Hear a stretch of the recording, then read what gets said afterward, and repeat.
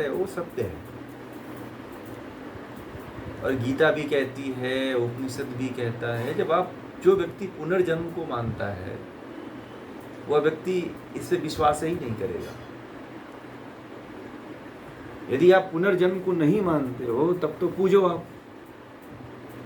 अब ये बताओ, इतने करोड़ों अरबों की जनसंख्या है कि नहीं है?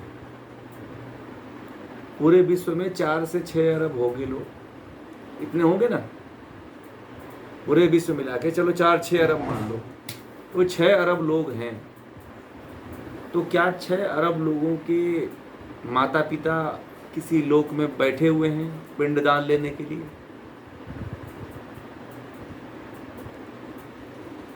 अब वो आत्मा, इसका मतलब कि पूरे साल खाती नहीं होगी।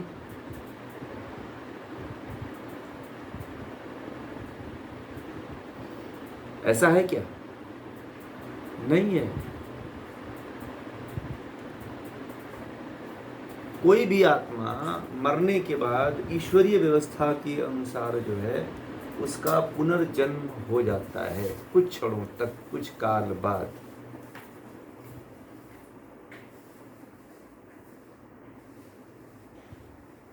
कहते हैं कि एक इलेक्ट्रॉन, एक प्रोटॉन जितने समय में अपने कक्षा में घूमता है ना, उतने समय में उसका नया जन्म हो जाता है। उस आत्मा का जो एक शरीर को छोड़ के दूसरे शरीर में जाती है।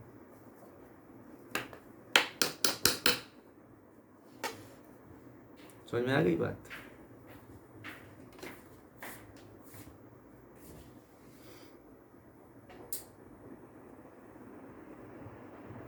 बात समझ में आ गई?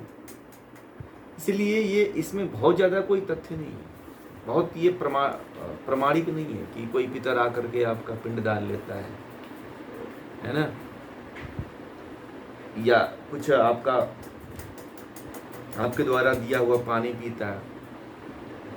मान लो आप भी किसी के माँ बाप हो गए पूरे जन्म में, तो आप पी रहे हो क्या? बताओ आप लोग।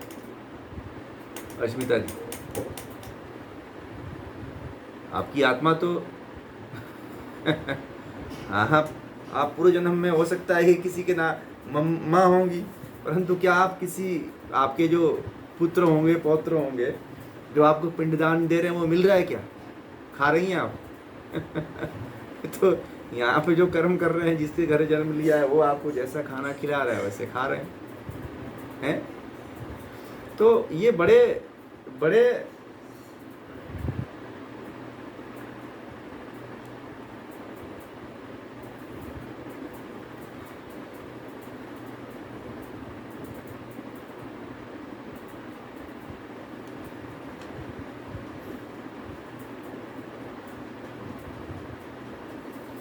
देखिए, कोई आत्मा आपके कहने से और ना कहने से किसी का कुछ होता नहीं है। वो तो जो कर्म किया रहता है वो कर्म का फल ही पाता है। हाँ, आप शुभकामना ये केवल एक दूसरे को सांत्वना देने के लिए कह सकते हो, ठीक है, कि सामने वाला जो लड़के लड़की है वो माने, माता परिवार वाले मानेंगे कि चलो हमारे जो माता पिता थे या बुजुर्ग व्यक्ति थे उनके प्रति सांत्वना व्यक्त कर रहा है, बस इसलिए कहा जाता है। बाकी कोई किसी के कहने से स्वर्ग नरक नहीं जाता है, ठीक है। वो तो अपने कर्म के अनुसार ही जहाँ उसको ईश्वर व्यवस्था देता है, जहाँ पे रहना होता है, जहाँ पे जाना होता है, वहाँ पे करता है। समझ आए? इसलिए जो है, देखिए, हर व्यक्ति को जो है ना, देखिए पिंडदान ये कहा जाता है कि पिंड मतलब आहार, जो हमारे, अब पितर किसको कहा जाता है? माता पिता गुरु आदि को पितर कहा जाता है। तो इनकी सेवा करना ही पितृ सेवा है। तो पहले के समय में माता पिता की सेवा विशेष 15 दिन रह करके की जाती थी। जैसे ही चौमासा समाप्त होता था उसके बाद जो है विशेष तरीके से माता पिता का पूजन किया जाता था, अच्छी पकवान बनाया जाता था, खिलाया जाता था, भोजन कराया जाता था। इसी को पितृपक्ष कहते हैं। जो जीते जी यदि आपने माता पिता का, गुरु का आदि का मान नहीं दिया, घर में बिना खाए कोई बड़ा व्यक्ति मर रहा हो और आप जाकर के होटल में खा रहे हो, तो फिर ये कहाँ पिंडदान हुआ? पिंडदान का मतलब होता है कि जो आपके आसपास कोई बुजुर्ग है, कोई असहाय है, उसको भी आप भोजन दो, उसको भी आहार दो, उसको भी खान पान दो। यही पिंडदान है भाई, इसी को पिंडदान कहते हैं। पिंडदान इसको थोड़ी कहते हैं कि आप कोई मर गया तो कौवा बन करके आएगा, ये फलाना दूध पिएगा तो हम पिंड देंगे, तो लड्डू, मिठाई, बर्फी, पेड़े, पूड़ी, पकवान, खीर, बतासा सब देंगे।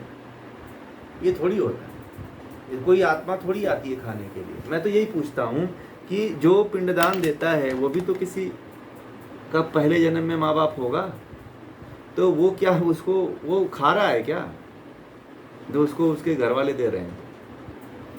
नहीं खा रहा है। यही तर्क रख दीजिए, फिर कोई बात ही नहीं बनेगी, उसके सामने कोई बात ही नहीं बची। और दूसरी चीज़ की गीता में कहा है कि कोई भी आत्मा जो है जैसे ही मरती है, जैसे उसका शरीर मरता है, वैसे ही वो आत्मा दूसरा शरीर धारण कर लेती है। यदि गीता को मानने वाला व्यक्ति है, कृष्ण को मानने वाला व्यक्ति है, गीता को समझने वाला व्यक्ति है, तो ये भी उसको मानेगा ही नहीं। ये तो एक धंधा है, ठीक है, ये तो एक विशेष प्रकार का धंधा है जिसको लोगों ने अपना व्यवसाय बना लिया।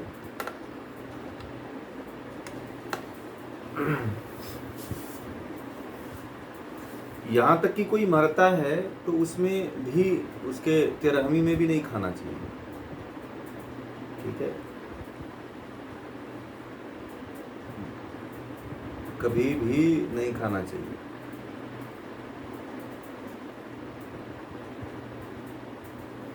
क्यों नहीं खाना चाहिए? क्योंकि वो खुद उस घर में लोग तबाह रहते हैं, चिंतित रहते हैं, शोक में रहते हैं, दुख में रहते हैं, और तुम जाकर के वहाँ 12वें भोजन बना के आप खाओगे तो कैसी भावनाएं आपके भीतर जाएंगी?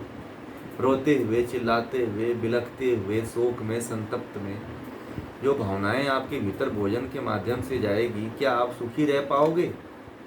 आप अपने आप से प्रश्न पूछिए। क्या किसी के हाथों से, किसी के घर से यदि रोती हुई, बिलखती हुई भावनाएं आपके भीतर जाएंगी भोजन के माध्यम से, तो क्या आप संतुष्ट हो पाओगे जीवन में? क्या आप कभी अपने आप को माफ कर पाओगे अपने जीवन में? कभी नहीं। मैं यही तो आप लोगों से कहना चाहता हूँ। न वेद कहता है, न उपनिषद कहता है, न गीता कहती है कि कोई आत्मा जो है बैठी हुई है 7वें आसमान पे हमारा पिंडदान लेने के लिए, ठीक है। हाँ, जितना हो सके अभी सेवा कर लो आप, ठीक है, जितना हो सकता है अभी सेवा कर लो, जीवन धन्य हो जाएगा। और इसका फल कहते हैं कि सेवा का फल बहुत बड़ा मिलता है, बहुत बड़ा सेवा का फल मिलता है। आप अपने माता पिता का, गुरु का, सास ससुर की सेवा करते हो ना, तो उससे बड़ा कोई सफलता हो ही नहीं सकती। यदि जीवन में सफल होना है तो माता पिता की, सास ससुर की, गुरु आचार्य की सेवा करना शुरू कर दो। देखो आप इतनी ऊंचाइयों पर जाओगे जिसकी आप कल्पना नहीं कर सकते। संसार में उन्नति प्राप्त करना हो, आचार्य चाणक्य ने अपने चाणक्य सूत्र में कहा है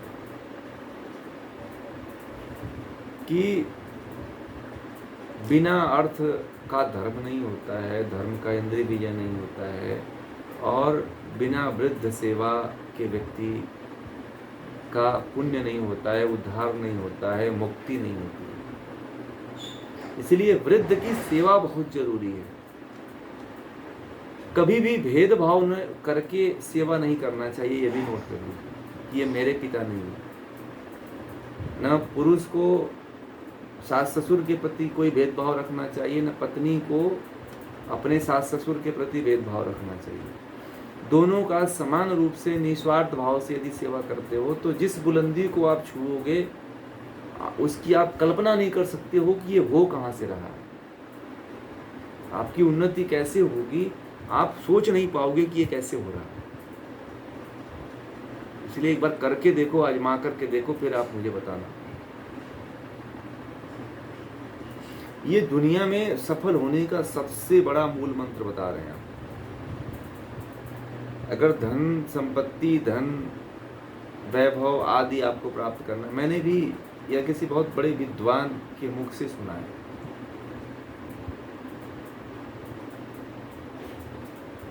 चाणक्य ने भी कहा। फिर चाणक्य को मैंने पढ़ा बहुत साल पहले, तो मैंने कहा चाणक्य जैसा व्यक्ति जब ये बात कह दिया है तो झूठ ही नहीं हो सकती, एकदम तार्किक और प्रायोगिक हो सकती है। आप करके देखो, फिर आपको क्या मजा आएगा कि मत पूछो। फिर पिंडदान, ये सब वो सब क्रियाक्रम करने की आवश्यकता नहीं पड़ेगी आपको।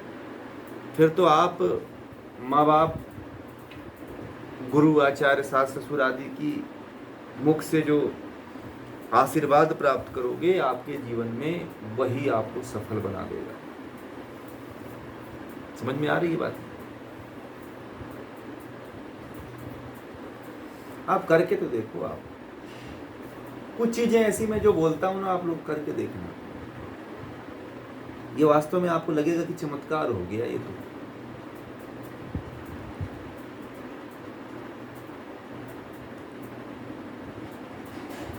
ठीक है,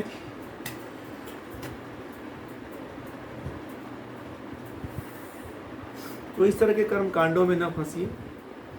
और अगर कोई घर वाला, परिवार वाला करता है तो उसे करने दीजिए, बोलो करो, ठीक है। परंतु आपको पता है तो उसके तरफ उस व्यक्ति को रोको मत। अगर समझता है आपकी बात को तो ठीक है, नहीं समझता है तो उसे जिस रास्ते पे है उस रास्ते पे रहने दो। आप तो अपने रास्ते पे चलते हो, ठीक है। क्योंकि हर आत्मा का संस्कार एक जैसा नहीं होता है, चाहे क्यों ना आपका बच्चा हो, चाहे क्यों ना आपका पति हो, चाहे क्यों ना आपकी पत्नी हो। इसलिए इस भाव को ध्यान में रखिए।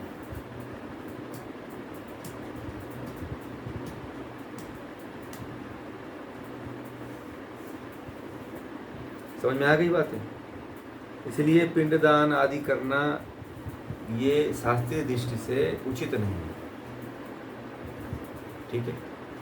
शास्त्र ऐसा कहीं नहीं कहते हैं कि पिंडदान करो। हाँ, पुराणों में बात कही गई है कि पिंडदान करो, ये करो, फलाना करो, दिखाना। और पुराण जो है बहुत बाद में लिखा गया है, गुप्त काल में लिखा गया है। पुराण कब लिखा गया है? लिख लीजिए, मैंने लिखवाया था ना, कितने 2500 साल पहले लिखा गया है। कितने साल पहले लिखा गया है? मैंने लिखवाया था ना सारी चीजें, ये कि पुराण कब लिखा गया है। तो ये सारी चीजें पुराणों में लिखी गई है, आज से 200, 2200, 20 साल पहले।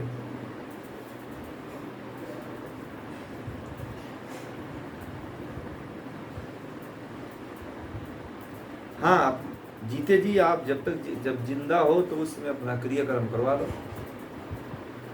10 लोगों को खिला दो कि भैया मैं मरने वाला हूँ, आज भोजन कर लो। मरने के बाद भोजन नहीं कराऊंगा, ये ध्यान रखिए।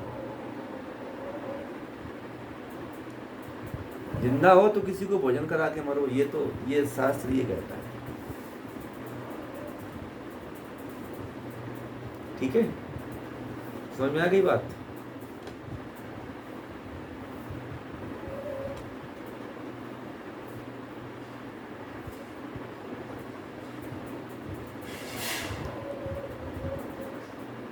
आ गया? नहीं, आप तो जरूर करिएगा। मैंने बता दिया ना कि आप सबको लेके नहीं चल सकते हो, क्योंकि साधना यही तो है। तो साधना इसी को तो कहते हैं। ऐसा थोड़ी है कि फूल माला और कंठी लेके बैठो तो साधना है। आप वस्त्र बदल लो, ये कर लो, वो कर लो, इसको साधना थोड़ी कहते हैं।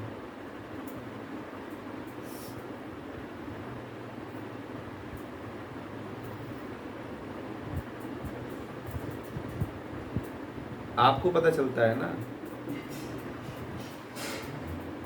हाँ, तो बस आप सतर्क रहिए, जागते रहिए। दूसरे के सामने तो आप अभिनय भी कर लिया करिए।